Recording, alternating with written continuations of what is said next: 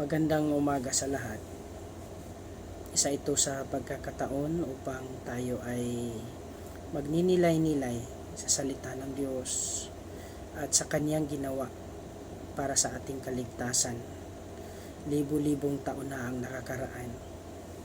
Sa umagang ito, ating alalahanin ang mga mahalagang huling salita na binitawan ng Diyos ng Panginoong Hesus bago siya malagutan ng hininga bilang isang tao, sapagkat siya po ay nabubuhay sa pangatlong araw bilang isang Diyos. Sa umagang ito, ating alalahanin ang kanyang unang sinabi sa Lucas 23:34. Sinabi ni Jesus, "Ama, patawarin mo sila sapagkat hindi nila nalalaman ang kanilang ginagawa." Upon reading this message, this verse, hindi ko maiiwasan na madala sa aking pinakamalalim na emosyon, sapagkat ito po ay naghahatid ng isang napakahalagang mensahe sa bawat isa sa atin.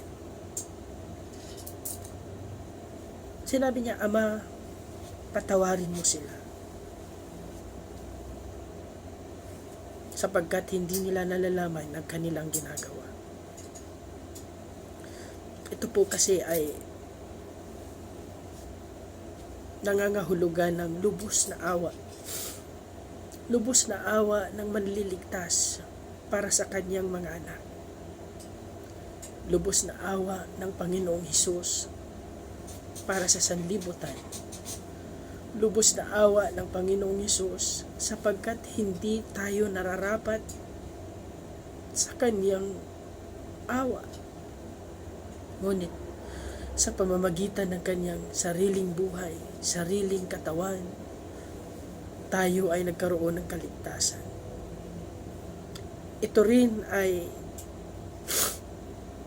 mensahe sa kanyang pamamagitan between sa Diyos at sa tao.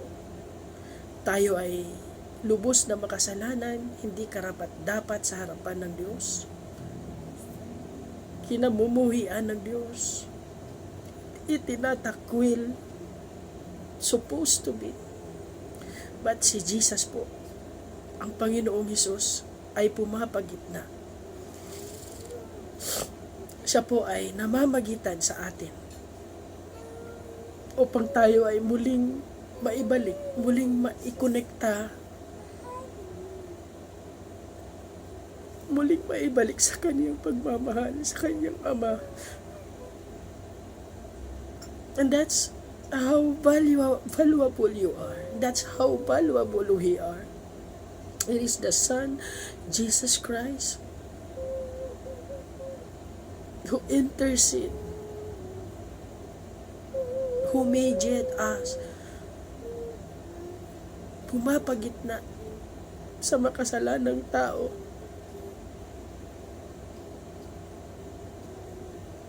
at sa banal na Diyos. Inako niya ang ating kasalanan. Inako niya ang ating mga kamalian upang muli tayong maikonekta, upang muli tayong maibalik sa paanan ng kanyang Ama. Ama, patawarin mo sila. Patawarin mo sila sapagkat hindi nila alam ang kanilang ginagawa. And that's the message exactly ng pagmamahal na walang pasubali sa kanyang mga anak. Pagmamahal na hindi kailanman mapapantayan sa buong sanlibutan. Pagmamahal na hindi kailanman mapapawi at hindi kailanman naluluma sa bawat buhay natin. Napakagandang alalahanin na sa ating pagpapatuloy sa paglilingkod sa Panginoon,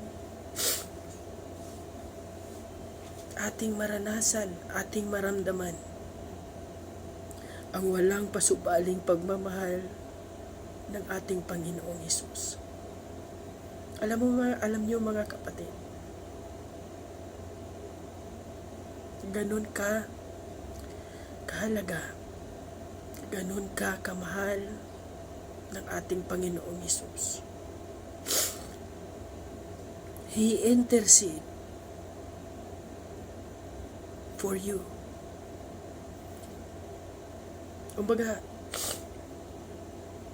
siya po ay naging abogado sa isang guilty na makasalanan sa huwes na kanyang ama. Tayo ay guilty. Tayo ay guilting makasalanan. Nahahatulan na ng huwes na ang Diyos. So, balit here comes the lawyer. Here comes the expert lawyer. Here comes the prominent lawyer. Here comes ito yung lawyer na kailanman hindi natatalo, kailanman hindi nagkakamali, at kailanman hindi nabibigo. Here comes the Jesus, our lawyer, stand in the gap. Father, forgive them.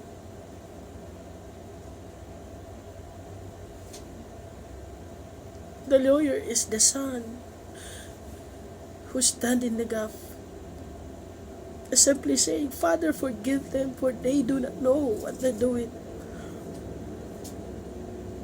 Exactly because sa kanyang lubos na awa para sa iyo at para sa akin. Lubos na awa dahil alam ni Jesus na tayo ay papunta sa kapahamakan dahil sa ating kasalanan. Lubos na awa dahil alam ng Panginoong Jesus na wala pong ibang lunas kundi ang kanyang kamatayan. Kaya siya namamagitan sa atin at sa Diyos. Pinili niya na ibuhis ang kanyang buhay upang mamagitan sa iyo, sa akin at sa ating lahat sa Diyos. Sa anong dahilan? Dahil sa kanyang unfailing love. Dahil sa kanyang unconditional love. Dahil sa kanyang unwavering love na binibigay niya sa iyo, sa akin, at sa ating lahat. Kaya sa ating pagninilay-nilay sa Holy Week na ito, naway patuloy nating maranasan, naway patuloy nating maramdaman ang kanyang pag-ibig. Panginoong Hesus, salamat sa iyong lubos na awa na ibinigay sa amin. Sa iyong pamamagitan sa aming mga makasalanan at sa iyong Ama at sa walang hanggang pag-ibig, walang makapantay na pagmamahal na ibinigay mo sa amin. Salamat, Lord. Salamat, Panginoong Hesus. Dahil kami ay iyong niligtas. Kami ay iyong pinili. Kami ay iyong sinagip mula sa kapahamakan. Turuan mo kami na maglingkod sa iyo ng may katapatan. Turuan mo kami na sumamba sa iyo ng may pasasalamat at pagbaba. Pinupuri ka sa pangalan mo lamang, Panginoong Hesus. Amen. Amen. God bless you.